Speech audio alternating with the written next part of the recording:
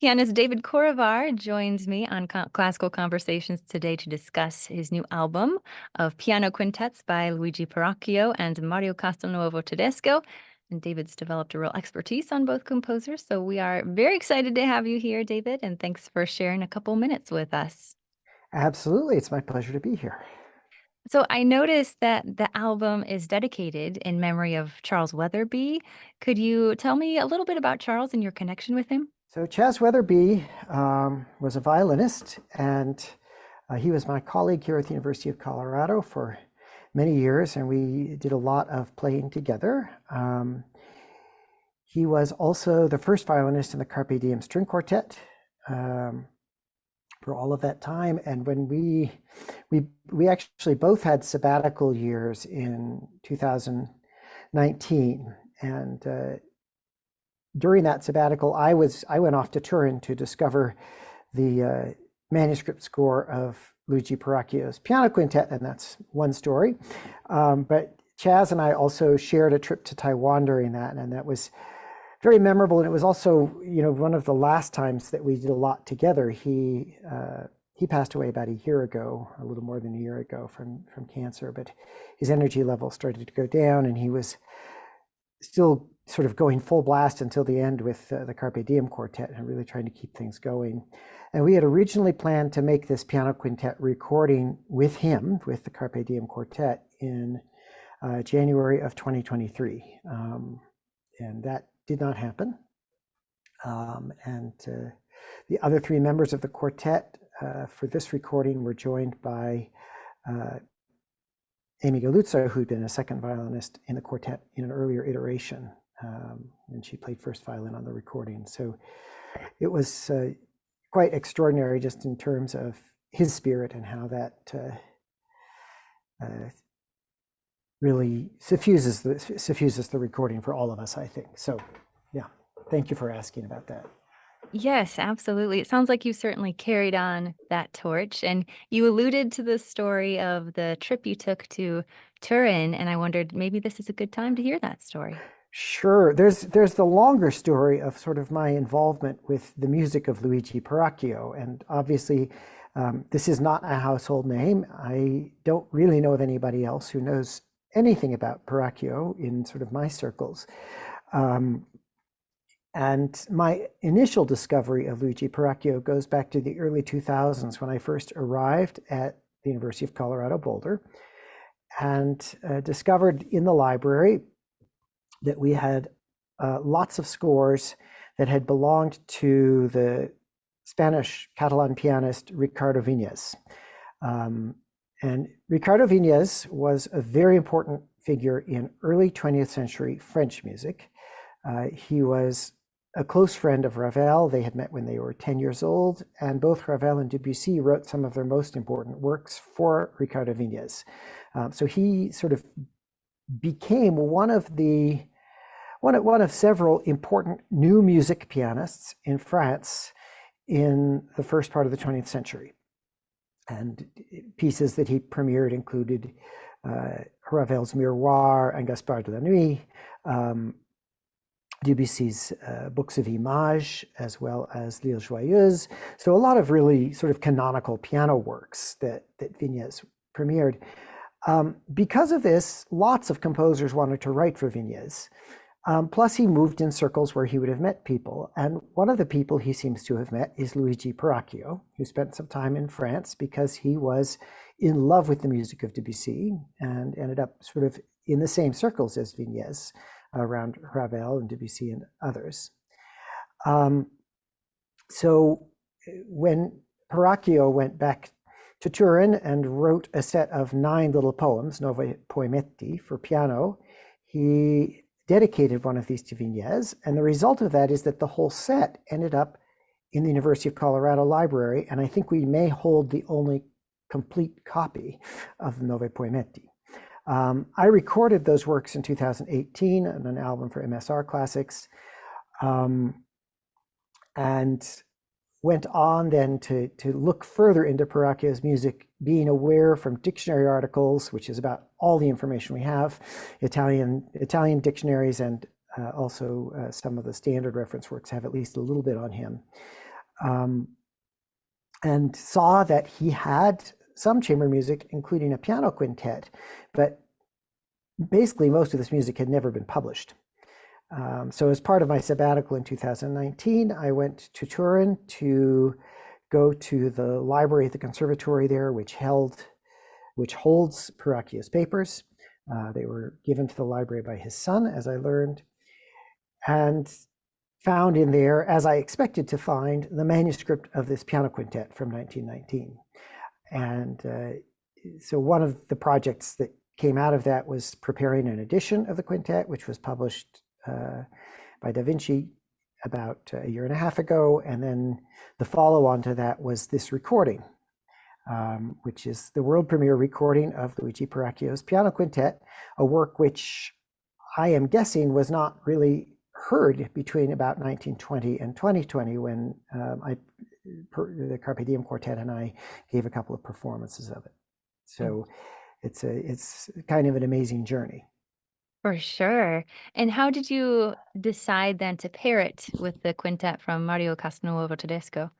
So this was actually Chaz's decision in a way. He and I had discussed what would be another appropriate Italian piano quintet to put with this. And we were looking at some works of various levels of obscurity and whatnot. There are actually quite a number of piano quintets by Italian composers from this period, including one by Respighi and some other composers. So some interesting pieces out there. And I had actually gotten a score of the second quintet of Castelnuovo-Tedesco because his granddaughter, Diana Castelnuovo-Tedesco, has been doing a lot to get some of the works published or republished that were not available. And we did some listening, and there was a pre-existing recording of the first quintet, and we both fell in love with the piece, basically, and decided that was what we were going to do. Here again, there's a problem, which is that this music has been allowed to go out of print. So although it was published in the 1930s when it was composed, it is out of print now, and ended up using a library copy from Southern Methodist University. Actually had it in their things. The beauties of interlibrary loan, and then we also got permission from Diana Castelnuovo-Tedesco to use the parts from the Library of Congress. So we had a couple of sources for that piece.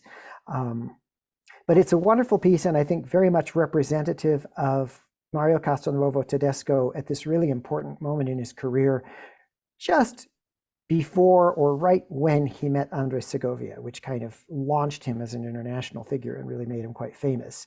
But this was before he'd written all the guitar pieces. So absolutely wonderful piano quintet and a great example of Castelnuovo-Tedesco's style and art. Could you walk us through some of the movements and some of the different characters we find there? Sure, in the Castelnuovo-Tedesco first? Sure. Sure, while we're there. So I have to think back to this a little bit. So Castelnuovo-Tedesco's music in this period is, first of all, it's very much Italian nationalist in flavor, but also one of the things that seems to come in is a certain amount of what sounds like Sephardic Jewish material as well. Castelnuovo-Tedesco was from Florence, and so the sort of backdrop in terms of the Italian music was Tuscan and from that part of Italy. And I think if you've heard any of his music, the guitar music and whatnot, I think you have a kind of sense of that flavor. But it's all cast into a very sort of traditional romantic form and very lushly orchestrated for the piano quintet. And this is something, I had played some of his solo piano music before, so I was quite aware of how rich his language is. Very much influenced by composers like Ravel and others of that generation, but also very much his own voice by the 1930s, for sure. So the first movement begins with a slow introduction, which is quite brief, and he, in best sort of late 19th century French style, introduces kind of the main motif of the piece in this slow introduction, and then he goes ahead and develops it in a fairly traditional sonata form. but there's so much variety. That's the main thing, and lots of tunes. That's one of the things about Castelnuovo-Tedesco's music is after you hear the piece, you'll go away with some of the tunes, and every movement has some. The second movement is, I don't know how you describe that. Is that a serenade? I don't know what it is, but it's a beautiful piece. It's very simple. Simple melodies, simple textures, quite different from the first movement in terms of in those terms. Lots of wonderful cello solos. Then the third movement is a scherzo and fulfills all the requirements of such a movement. It's in quick triple meter, and again there's a kind of Italian folk underlay to what we hear there. I think the last movement is very theatrical, and it's one of these things that you realize that when Castelnuovo-Tedesco was forced to leave Italy not so long after this, because of the fascist anti-Jewish laws, he ended up in Hollywood and ended up being part of this amazing blossoming of European composers who really contributed to the sound of American movie scores. He was also the teacher of John Williams, among others, so that kind of gives you the lineage there. And this last movement is just this great theatrical, virtuosic piece. And the second theme there has a very strong Jewish flavor to it. It's also quite striking. This sort of rather exotic scale that comes in the middle of it. Thank you for that overview. And I was just thinking about when I read your liner notes for the album, I was struck by a little historical tidbit that you gave, and this was about a bizarre performance of this quintet in a music room modeled after a tree or something. Could you remind me of the details? This story is so over the top. It's kind of hard to believe, but this is from Castelnuovo-Tedesco's memoirs. And this was when he was still in Italy and he was touring with this piece. People who are, I suppose, very knowledgeable about Italian, both political and literary history will know who Gabriele D'Annunzio was. But he was somebody who was quite famous as a poet, but also became a political figure and actually at one point sort of raised his own army and then had to be kind of tamped down and ended up in a sort of odd internal exile. I don't know, it's hard to describe, but had built himself this house that had this music room, and he had modeled the music room on a tree. Yeah, and told Castelnuovo-Tedesco all about it. And of course, as always happens in such stories, he talks about playing the piece there. They played this first quintet for D'Annunzio. But the sort of upshot of all of this is Castelnuovo-Tedesco's comment about the fact that for all of D'Annunzio's talking about how the tree had this perfect acoustic and all of that, he said it was just an awful room to play and the acoustics were terrible. So that's the short version of the story. You have to look in the liner notes to get more of it. So you and the Carpe Diem String Quartet, you guys didn't record under a tree, did you? No, we certainly did not. We recorded. We did the recording actually here at the University of Colorado in Grusin Music Hall, which is our medium-sized recital hall, and where I've done a lot of recording over the years.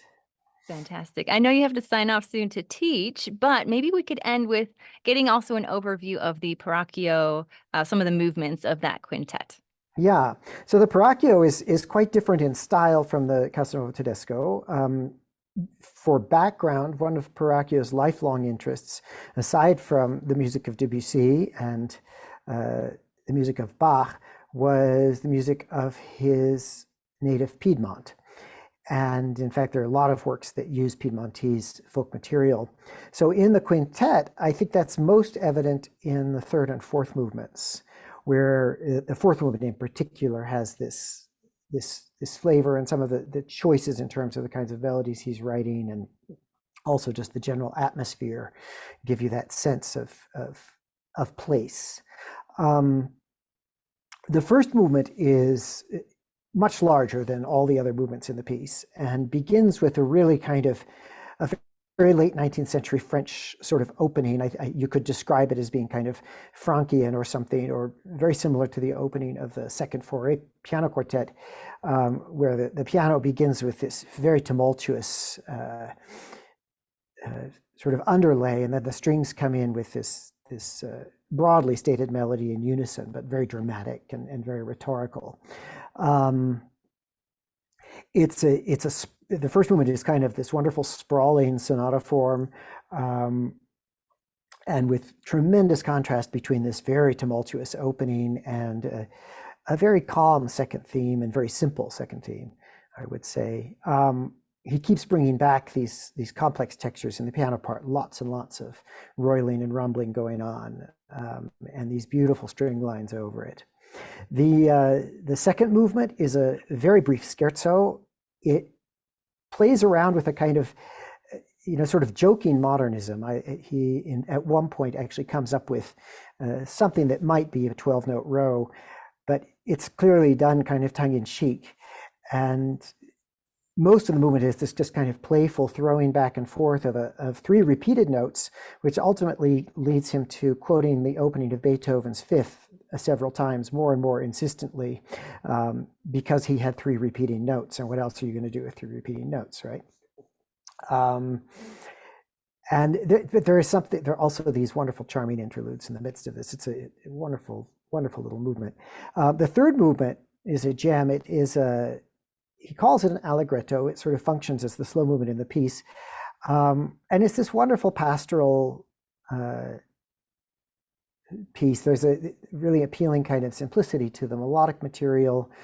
Begins with a great second violin solo. And yeah, that's probably my favorite movement of the four, I have to say.